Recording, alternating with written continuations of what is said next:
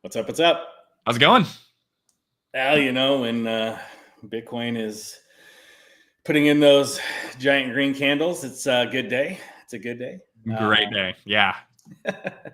Yeah, man. I was like coming back from my Alaska trip and seeing the prices go up. I was like, oh, this is going to be a good week. So yeah, I saw it. I was just looking at my phone. I got like 2 CoinGecko announcements. It was like ETH broke 3K and Bitcoin broke ETH 118. broke 3K. Just like, dang, the ETH one surprised me more than the Bitcoin one. I was like, it broke 3. Yeah, the ETH BTC actually looks pretty good. But I threw Jay Soto on there because I was like, Jay Soto, you got to get on early to get ahead of Rusty. Rusty literally is like, as soon as we post the link, he's like, oh, yeah, he's in there. Oh, man. So, yeah, this is ETH BTC chart that we have here. So we've talked about this a lot. It's that, and this is the weekly. So that's a horrible, horrible chart. It's gross, but it's looking like it's trying to put in some sort of reversal down here at the bottom. It's kind of a cup and handle ish type of, that's pretty straight up, but that's still the cup and handle ish side here. Definitely looks like it's building in for a strong reversal. That would be the time for all you ETH maxis out there, Rusty. Get on out. Yeah. Well, stay in for a little while at least. Like let that thing run. It'll do its thing. I just saw that some company bought 10,000 ETH directly from the ETH Foundation, which is good because yesterday, literally the ETH Foundation also transferred to Coinbase. It's like whenever they get a pump, man, they're like a top signal. ETH 8K. Maybe 8K. Maybe 8K. We'll have to see. It's interesting. Jay Soto, too. Wait, hold on. Jay Soto, you only have SPX 6900 on ETH? Oh, on ETH. Gotcha. No MOG? No MOG. Wow. MOG had a nice little rip too. It's I don't even know what to say, Jay Soto. No 30% maybe, right? Oh yeah, it's done. It's doing. I just sold some today because I was like, I'm going to take a little bit off of that. Oh yeah, that's a nice little candle it has there. Yeah, it shot up. Really, like it's in terms of like your meme coins, it looks pretty damn good comparatively. Jay Soto, your fart coin, what is it looking like? Oh yeah, it looks pretty good too. That looks pretty dang good. Yeah, I think when you have Bitcoin all-time highs, pushing, everything's going to push up after that. So it's 117.69.0. Yeah. Well, you're up 10% on that one today. Yeah, dude. Doge, it's all going to do well. This is the time. Your shit coins, like your super crappy shit coins, probably not going to do that good. Like, let's look at the really, really crappy shit coins. God, it's so ugly. Yeah, it's definitely like, it has some sort of a bottom down here, so you can kind of say, well, it's time to long.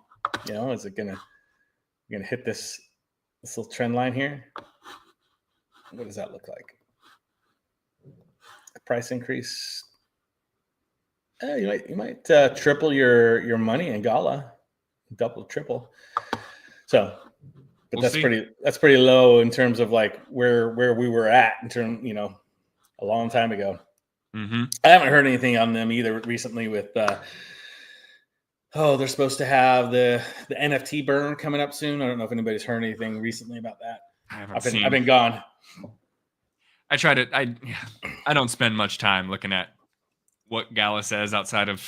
Yeah, I kind of have to with Nerd Node and stuff, making sure that we stay up to speed. We got a bunch of pretty big clients that have nodes in there, so we try to make sure that they know what's going on. So I'll probably ping the Discord here this week to kind of. They were supposed to have it at the end of June, and now it's middle of July, so we'll see if they actually get it going. Yeah, so. I feel like I would have heard some chatter elsewhere if that was happening, but from what usually we'll get it in my Discord. Somebody will start talking about it. So absolutely. Yeah, it's interesting to see too with these get that off my screen. How the timing of this, Bitcoin shooting back up and breaking a new high coincides with, you see all those cold wallets. Oh, I don't know. Did you read about that? I did. I saw some of the headlines and read one of the first things I saw, like when it first broke, but haven't seen too much else outside of that. So supposedly it's somebody that has got access to the wallet, right? We don't know how they got access yet. And they're using, I'm going to butcher this. I'm just going off of memory here. They're using some law firm representing them, and they're going off of where it's vacant property or unused property law, where if it's not utilized in 14 years, you can lay claim to it. And so apparently that's what they're saying about these wallets, that they haven't been used in 14 years. They have access to it. They're now going to lay claim to these wallets. How they got access, we don't know. So, is it a hack? Because they're one of the OG wallets that have, a little less encryption. So, in terms of just brute force, it's possible to get access to those wallets potentially. But then, or is it somebody that just somehow had access to these wallets, as in maybe they knew somebody. They were the caretaker of the wallets. That person then said died or something along those lines. Who knows? Who knows how they come into access with it? But it's either they got access, from somebody giving them the wallet access at some point in time, or found it, or they hacked into it. So the hack one's kind of a scary thing. So they have 90 days apparently they put out there. So part of the thing is, if you show that you have access to the wallet, meaning you give a transaction with that wallet because you have the private keys, then they'll relinquish it back. It's yours. They'll give back because they moved that money, right? To show that they had access to it. Yeah. I heard Bob saying thing. It's not Roger Ver. This is somebody else that has access to these wallets somehow. And so then if you were actually the original owner of the wallet and you saw that and you have the private keys, then you can send a transaction, prove it's yours. They'll send the money back. Right. So there's 90 days. So in 90 days, I don't know if we're going to find out who it was or how they got access or anything along those lines. But if it was a hack and this does go that route, what's keeping them from getting into the rest of these OG wallets, right? So we're either going to see a bunch of these OG wallets get active here soon and start to move around. Potentially. I don't know. There's a lot of weird things that could go on with that. So that's so interesting. You said it's a land law? It's land law or some shit. I'll give you the medium. I'll do some. I imagine I could find it, but that's. Let me find the article I read. Anyways, because you would think if they're saying Bitcoin falls under that, there's no way it's a security. Well, they've already said Bitcoin's not a security. True. So, we don't have to worry about that part.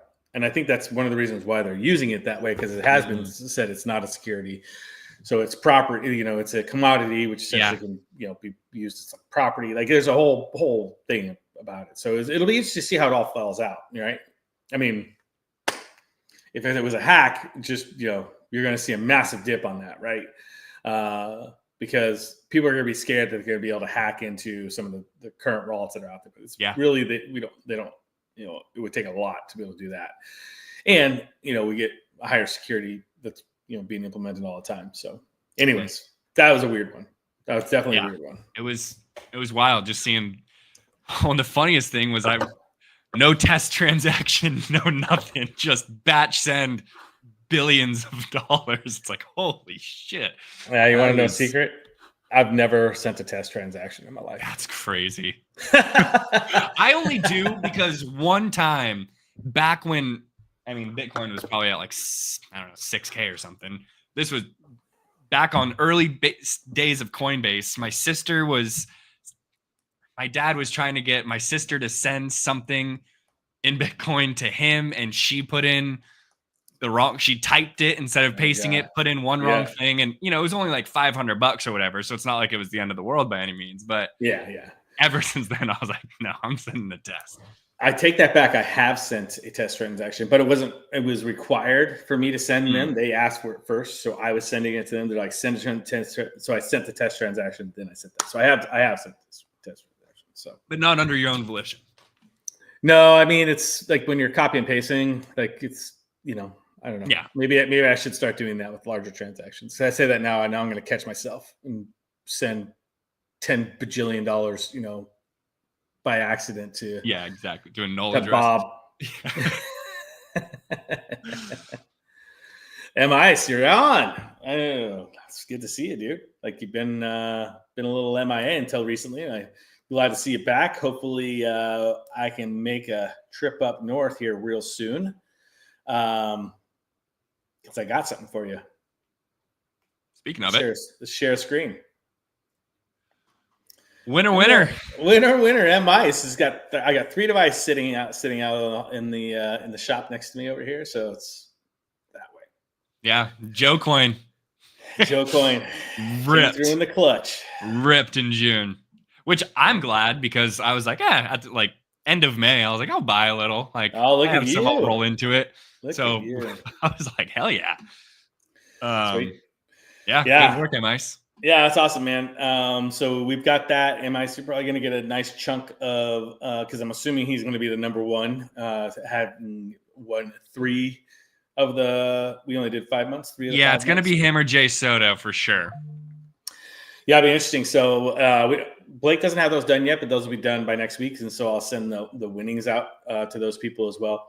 And that's awesome. Good job. Yeah, so we're gonna cut. So this stage of the Pickem, we're gonna cut this one now at this kind of 6-month-ish mark, and then we're still trying to decide if we want to potentially do another one, maybe starting in August, going through the end of the year. We might just be done with this year. Let us know what you guys think in the Pickem channel.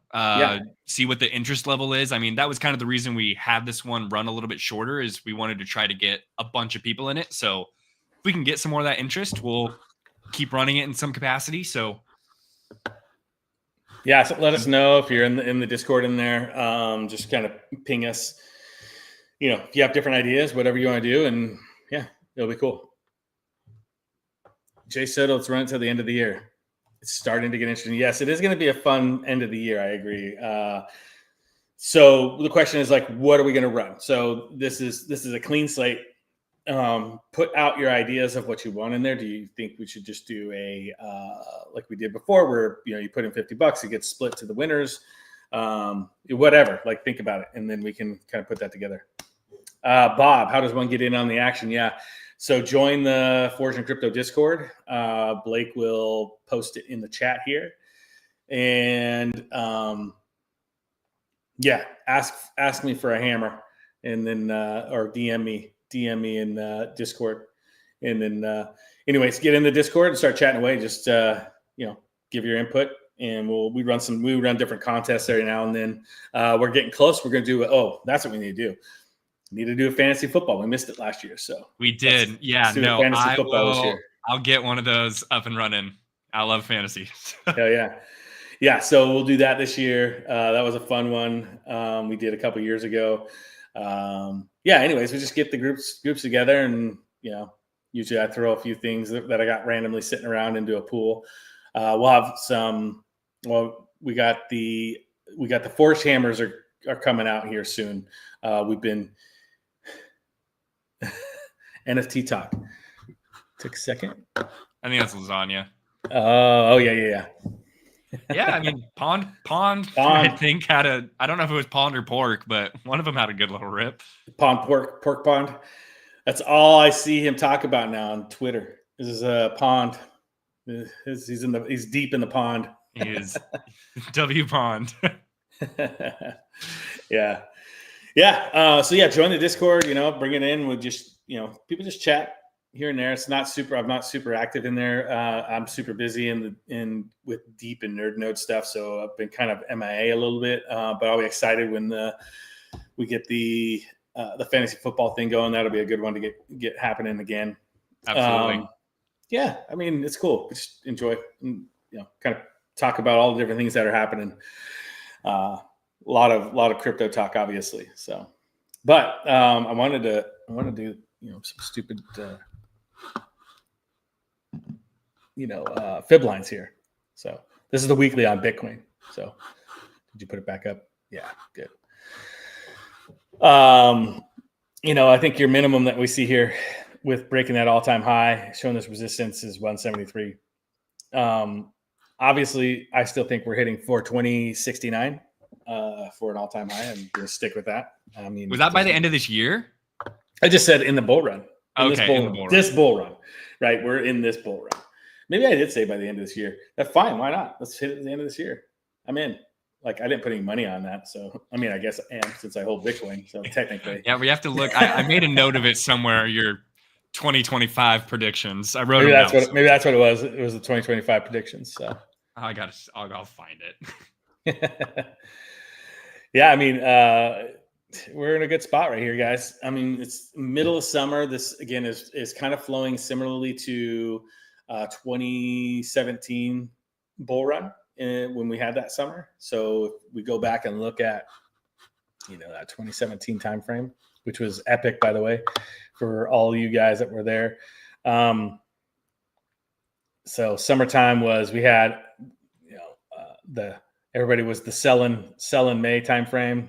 Yep. Where are we at here? I'm on weekly. That's why. So yeah, the sell in May, we went up. We had a little downturn in July, but it came right back up in terms. Let's go to the monthly so people can kind of see what that looks like. Easier, maybe. Where you at? Come back here, guys. Oh, there we go. Early. Here we go. All right. So 2017 we had April, May was a big month. June kind of down, July up, back into that, creeping up. We're seeing all-time highs here, so it's a little bit higher. August was epic. I think we could see an epic August. September, big dip, come down. But look at that end of the year, man. Again, we go back to talking about the money that moved. That's going to scare people if it was a hack, right? So if anything comes out on that, I mean, that could be top signal, just in terms of like people getting scared away. Yeah. But regardless, I think we have a super good run here. Just like this is a cycle. So we got money flowing in all over the damn place. People are raising money to buy Bitcoin everywhere. So, I mean, it's going to come from somewhere. And so even when you start talking about those people that have now $8 billion, it's like, that's going to get soaked up. Yeah, we'll have a dip, but it's going to get soaked up in this. Yeah. Absolutely. Well, and it's like, something I've been interested is I haven't seen the details, like with American Express coming out and saying they're going to give 4% cash back in Bitcoin. I didn't see that. You didn't see that? Yeah. They're releasing a card. Yeah. A new Amex, 4% back in Bitcoin on everything. In Bitcoin? Shut your mouth. Oh, that's Bitcoin. My new card. Yeah, I signed up for the wish list for it just because I was like, it's a Coinbase. Well, it's a Coinbase One card, but it's through Amex. Crazy. I gotta look there. Yeah, send me a link to that one. I'm gonna put myself on the wish list for that one. Yeah, it's pretty cool. So, I don't know where they're gonna get theirs from necessarily. I don't know if it wouldn't make sense for them to necessarily buy it in the spot to dish out cashback rewards. So I would assume they're going to be making, institutional investments into it at some level. So that's freaking awesome, man. I mean, there's just so many things that are coming and so much stuff that's being built. It's cool to watch all this stuff happen. I mean, this is what we've been here talking about for freaking ever. So it's great. Jay Soto, good. I love it, man. 98% BTC does feel good, right? I mean, it's like, you can't go wrong. Yeah. You can't freaking go wrong. I'm the majority in BTC as well. It's just, I cycle in and out of other things, but yeah, I just don't see it going down in the long term necessarily. Yeah. So I'm like, well, I bet it does better than. Well, again, like zoom out. This is zoom out. Yeah. And this whole thing. Like, where are you going to put your money in that sense of things, right? Yeah, you get some dips in there if it's savings, right? And you're saving stuff, like set it and forget it. Yeah, set it and forget it. Just let that thing go. So you can't go wrong. I mean, for me, I've got a mixed bag. Definitely got some BTC, Sol, AVAX. couple of other random dust wallets that have a bunch of garbage in them. Yep. Like the crypto gaming side is just getting hammered, right? I don't know if anybody was watching the arcade. They just did their drop.